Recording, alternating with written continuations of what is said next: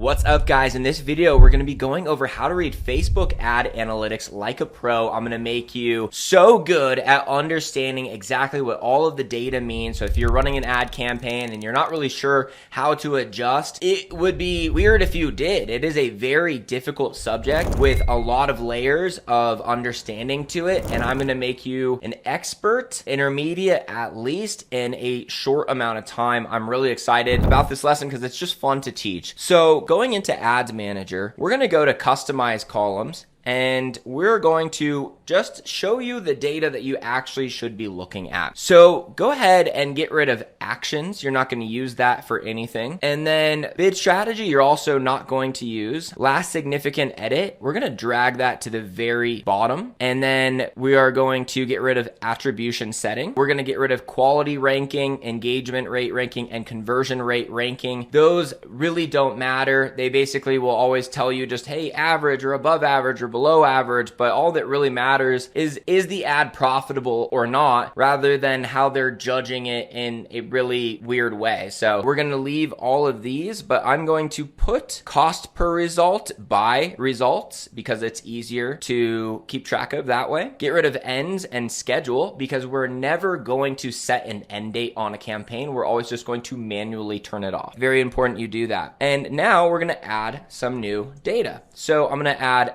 to cart. I'm going to click on total. I'm going to add initiate checkout and also click on total. I'm going to add ROAS and I'm going to do purchase ROAS total. I'm going to do purchase and then I am going to go to purchase value right there. I'm also going to add CTR and then do the second one, link click-through rate. We're also going to add frequency. I'm going to explain what all of these mean in a second here, but right now we're just going to create our data list, okay? Then I'm going to add post engagement. Type in post engagement, and we're going to do cost per post engagement. What you're going to do now is go to all of these checkboxes and uncheck them all. We don't need an individual breakdown.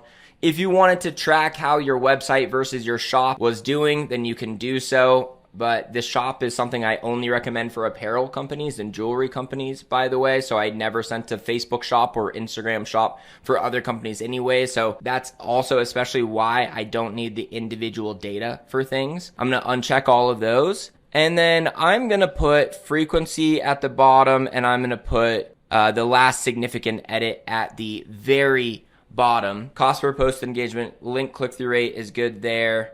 Purchase conversion value. We're going to leave it all there. You guys are welcome to kind of adjust the data later, the order of it, but I'm going to save this as a column preset and call it sales, or call it like based on your company, right? So my company, Social Bamboo, the marketing agency and consulting firm, of course, Social Bamboo. And I'm just going to do that so I always know it's the one that I made, because sales is like a little generic and you might, mix it up with the other ones. And now let's go ahead and explain what's going on. So delivery is just going to tell you the phase that it's at. And learning, by the way, is nothing that you ever have to worry about. Just see learning as the exact same as active.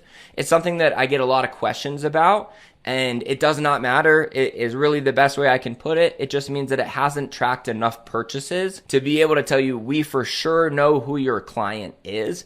Even though, as you can see with this campaign, it's got 115 purchases. We just launched some new ads is why it went back to learning phase for a little bit. It will probably be gone by the end of the day. So just really don't even think anything about learning is the best advice that I can give you. I'm going to get rid of this actions column though. Forgot about that one. And then save it. So it will always just save as what you named it before, so that's good. It will update it. And ad set name, obvious there. Budget, we're using the campaign budget, so I can't modify it at this tab, but I could modify it at the campaign tab. Result is either going to be purchases or leads or whatever you're going for, and the cost per result is there. The difference between reach and impressions, this means that 1,923 different people have seen the ad 5,215 times. So some of the people have seen it 2, 3, maybe 4 times is why impressions is higher than reach. Amount spent is how much budget has gone to that ad. And as you can see, it's very normal for your amount spent to be divided in a kind of random way. Facebook will choose what it thinks are the winners, and sometimes they do a good job at actually giving the budget where it should, and sometimes they don't. So it is something that I will mention now while I am thinking about it.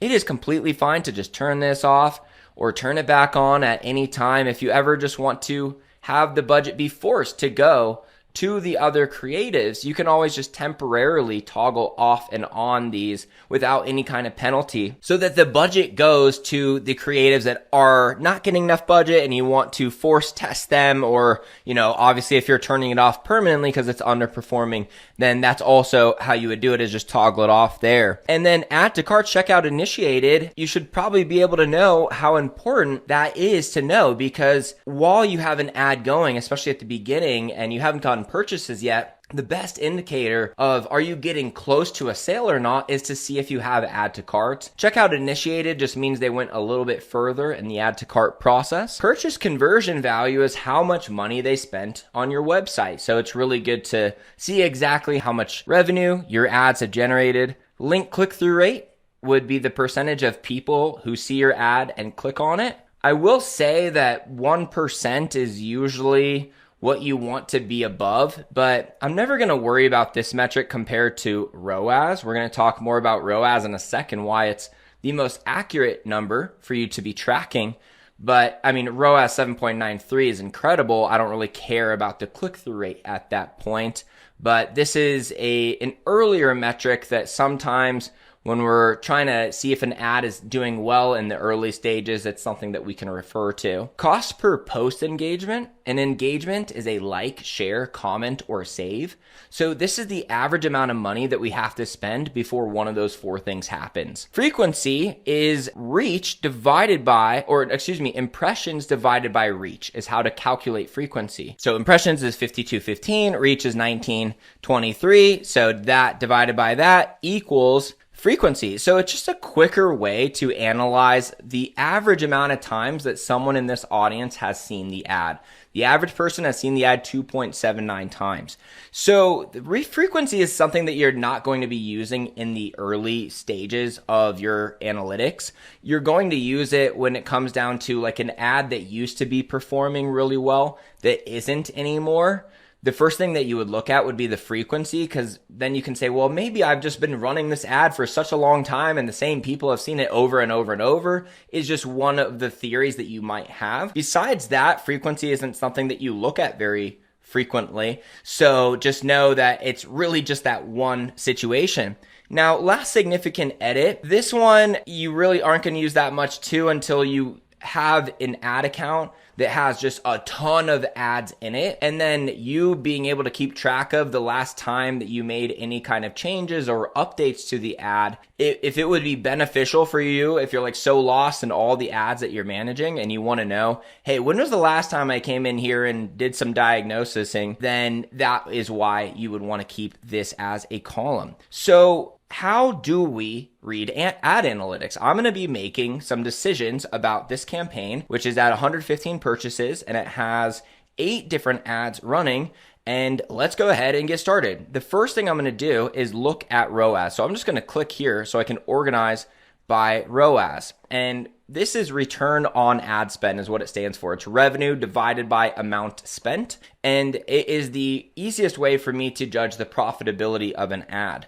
Now, the second most accurate data column is cost per result, the average amount of money that I have to spend before someone buys. And this is definitely good to be consulting too, because this is how much before someone buys at all. And then this takes into account how much they spent within, the ROAS totaling. So that's why maybe you have an ad that it doesn't get customers as quick as a different ad. However, the people who are coming from that ad are buying so much more because of the way that it's pitched. So we just have to understand that about the two, but ROAS is a little bit more accurate to pay attention to first. A good ROAS is more going to depend on what your product has the capability of actually getting. Most products have a range of somewhere between like 3 and 6 ROAS that they can get, or like 5 and 8, or like 1 to 3. It's kind of like this short 2-3 ROAS range. because the product itself is doing most of the work. Never forget that. And if you're struggling to get over 2 ROAS or 3 ROAS, a lot of times you switching up your creatives might not be the answer. You might have to sell a different product or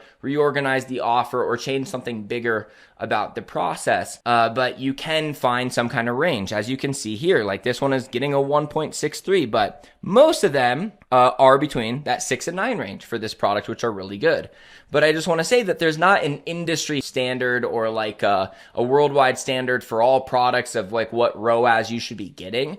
I will say for e-commerce, it is usually difficult to make it work without at least a ROAS of 3, though. Obviously depends on your margins. So do the math and see if you're profitable and have a target ROAS. But for the most part, I'm just comparing the ROAS of my ads to my other ads and just kind of more looking at as winning versus losing rather than being above a standard metric. So we got 8.34 up here, absolutely killing it. It also has 71 purchases, so it's not an anomaly. This is actually a sustainable ROAS that I can count on, so that is really, really great.